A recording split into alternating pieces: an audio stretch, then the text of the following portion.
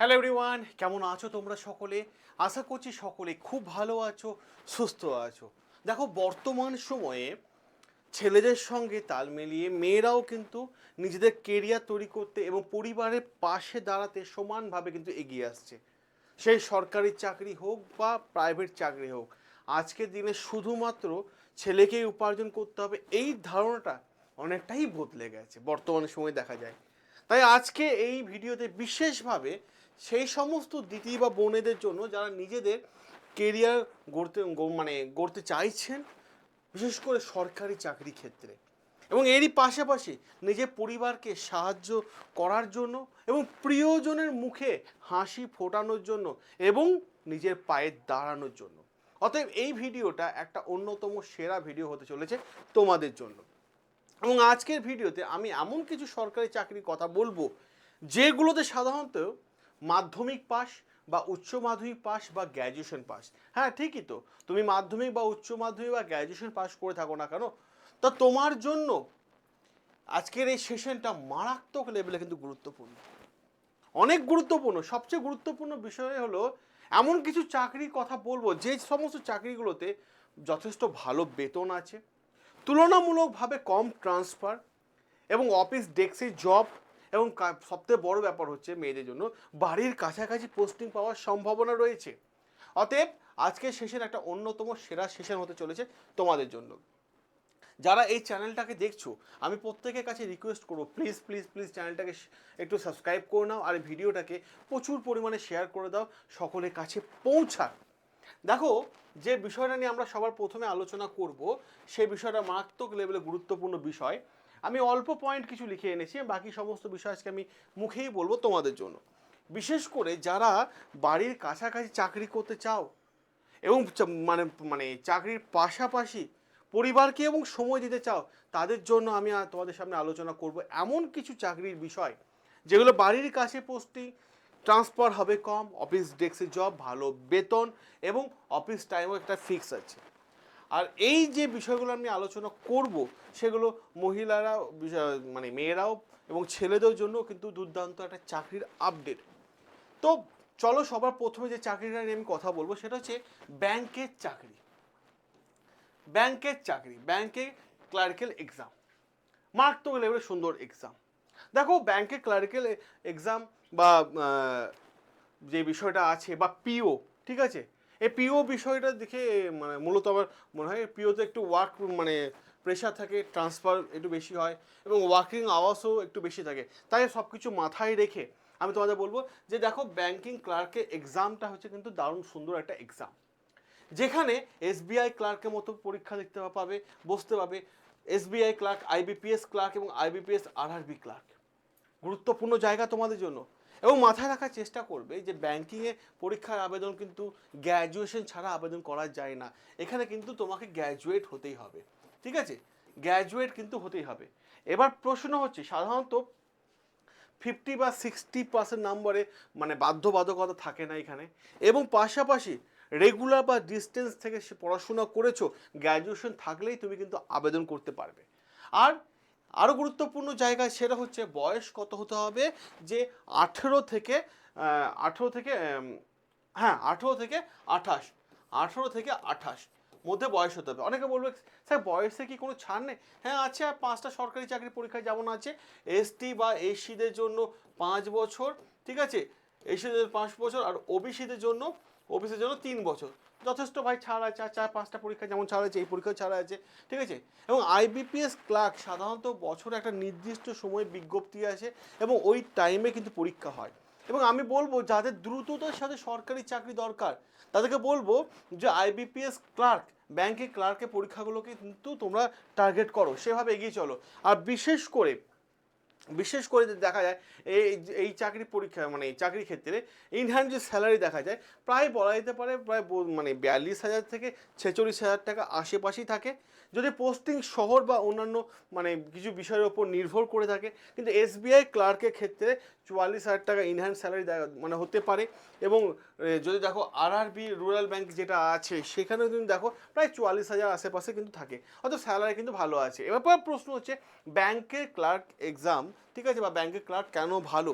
কারণ working time একটা fixed time থাকে, ঠিক আছে, ডেস্ক জব থাকে, একটা টেবিলে বসে করতে হবে, ঠিক আছে, তুলনামূলকভাবে কম ওয়ার্ক প্রেশার, পিওর থেকে পিওতে যেমন খুব মানে তাড়াতাড়ি ট্রান্সফার হয়, সেই তুলনামূলকভাবে কম, বাড়ির কাছাকাছি পোস্টিং পাওয়ার একটা সুযোগ থাকে, প্রমোশন, ঠিক আছে, প্রমোশন হয়ে যায় আরামসে। এবং এরই পাশাপাশি দেখো যে পরীক্ষা দেওয়ার একটা সুযোগ থাকে, প্রিলি মেন্স বাংলা ভাষায় কিন্তু পরীক্ষা হয়। এবং সবথেকে বড় ব্যাপার, এই যে ক্লার্কের পরীক্ষায় কোনো ইন্টারভিউ নেই, সব থেকে বড় গুরুত্বপূর্ণ বিষয়। দ্বিতীয় যে পরীক্ষাটা আমি বলবো মেয়েদের জন্য সেরা, অন্যতম সেরা পরীক্ষা, এটা টার্গেট করতে পারো, রেলওয়ে এক্সাম। রেলওয়ে এক্সাম দেখো, রেল বোর্ড কিন্তু প্রত্যেক বছরই পরীক্ষা নেয়, প্রত্যেক বছর পরীক্ষা হয়। রেলের চাকরিতে স্যালারি ভালো, বিভিন্ন অ্যালায়েন্স আছে সেগুলো ভালো আছে, এবং বিভিন্ন রেলওয়ে সুবিধাও যথেষ্ট ভালো।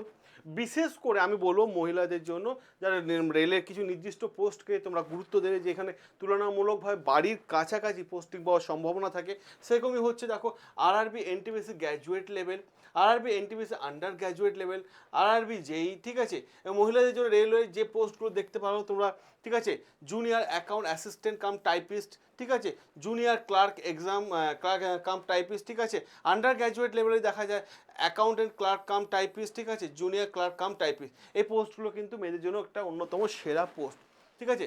আর রেলের মানে গ্র্যাজুয়েট লেভেলে সাধারণত পরীক্ষাগুলো সাধারণত বয়স দেখা যায় যে 18 থেকে 33, ঠিক আছে, 18 থেকে 33 গ্র্যাজুয়েট লেভেলে কিন্তু পরীক্ষাগুলো দেখা যায় এই বয়সের মধ্যে, ঠিক আছে। এবার এরও বয়সে ছাড় দেওয়া থাকে, এসটি এসসিতে 5 বছর এবং ওবিসিতে 3 বছর। আর রেলে যদি এনটিপিসি গ্র্যাজুয়েট লেভেলে যদি দেখা যায় স্যালারি, তাহলে প্রায় এনটিপিসি গ্র্যাজুয়েট লেভেলেই দেখা যায় প্রায় 65,000 কাছাকাছি থাকে স্যালারি। অতএব স্যালারি কিন্তু যথেষ্ট ভালো আছে বলা যেতে পারে। আরআরবি যেই যে দেখো, এটা প্রায় 65,000 কাছাকাছি স্যালারি আছে, ঠিক আছে, এরও স্যালারি যথেষ্ট ভালো, ঠিক আছে। এনটিপিসি আন্ডার গ্র্যাজুয়েট দেখো, ঠিক আছে, এরও প্রায় 52,000 স্যালারি আছে। সেন্ট্রাল গভর্নমেন্টের চাকরি তো যথেষ্ট ভালো কিন্তু স্যালারি আছে, যথেষ্ট ভালো।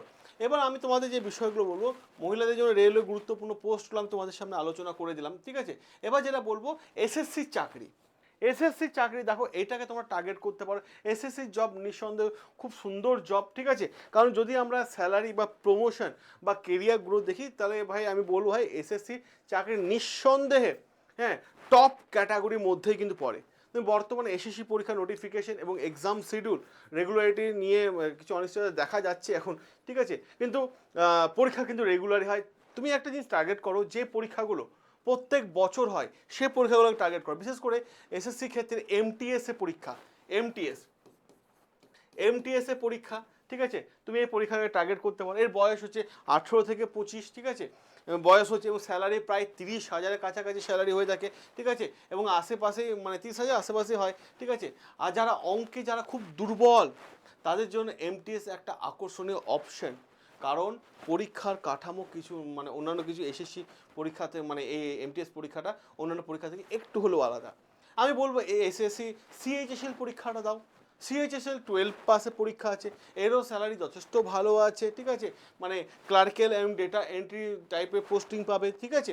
এবং বিশেষ করে যারা পশ্চিমবঙ্গের প্রার্থীদের জন্য কলকাতা এবং বিভিন্ন সেন্ট্রাল গভর্নমেন্ট অফিসে থাকার একটা মানে চাকরি পাওয়ার একটা সুযোগ থাকবে।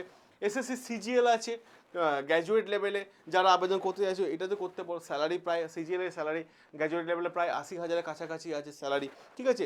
স্টেনোগ্রাফার আছে, ঠিক আছে, স্টেনোগ্রাফারটা করতে পারো। স্টেনোগ্রাফার দুটো আছে, যে গ্রেড সি আর গ্রেড ডি, এই দুটো বিষয় আছে। স্টেনোগ্রাফারও প্রায় বলা যেতে পারে যে গ্রেড সিতে 60,000 কাছাকাছি বেতন আছে, গ্রেড ডিতে আছে প্রায় 40,000 কাছাকাছি বেতন, ঠিক আছে। এবং যারা অঙ্কে দুর্বল তাদেরকে বলবো যে দেখো স্টেনোগ্রাফারটা তাদের জন্য একটা সুবর্ণ সুযোগ হতে পারে, ঠিক আছে। এই পরীক্ষাগুলো মাথায় রাখার চেষ্টা করো। এবং পাশাপাশি আমি যে বিষয়গুলো বলবো, ঠিক আছে, যে ইম্পর্ট্যান্ট বিষয় এলআইসি এও আছে, ঠিক আছে, এরাও করতে পারে, এএনএম জেএনএম আছে, ঠিক আছে। তবে যে কথাটা আমি বলবো যে আজকে ভিডিওতে আমরা সেই বিষয়গুলো নিয়ে আমরা আলোচনা করলাম যেগুলো বাড়ির কাছাকাছি পোস্টিং হওয়ার সবথেকে সম্ভাবনা থাকে, যেগুলোতে স্যালারি ভালো আছে এবং যেগুলো পাশাপাশি কেরিয়ার গ্রোথ একটা অপশন আছে, ডেস্ক জব আছে, কম ট্রান্সফার আছে, ঠিক আছে। এবার আমি সেই সমস্ত দিদি বোনেদের বলবো যে মানে এই পরীক্ষাগুলোর মধ্যে যে কোনো দুটো পরীক্ষাকে টার্গেট করো এবং আজকে থেকেই তোমরা মানে পড়াশোনা শুরু করে দাও, ঠিক আছে। যে অনেকে ভাববে যে অনেকগুলো পরীক্ষাকে টার্গেট করব, হয় না। প্রত্যেকটা পরীক্ষার নিজস্ব একটা প্যাটার্নে রান করে, প্রত্যেকটা পরীক্ষা একটা পরীক্ষা দিলে আমি সব পরীক্ষা পাস করে যাবে এরকম কিছু ব্যাপার নয়, কারণ প্রত্যেকটা পরীক্ষা নিজস্ব একটা প্যাটার্নের টার্গেট মানে এগিয়ে চলে। তাই আজকেই টার্গেট করো, আজকে সিলেবাস বোঝো এবং নিয়মিতভাবে আজকে রুটিনে প্ল্যানিং বানাও, মক মানে সিলেবাস শেষ করো, মক টেস্ট বানাও এবং মক টেস্ট হয়ে গেলে প্রিভিয়াস ইয়ারের কোশ্চেনগুলো সলভ করার চেষ্টা করো। মাথায় রাখবে, স্বপ্ন তখনই তোমার পূরণ হবে যেই স্বপ্নের পেছনে তুমি ছুটবে এবং স্বপ্নকে বাস্তবায়িত করার জন্য কঠোর পরিশ্রম করবে।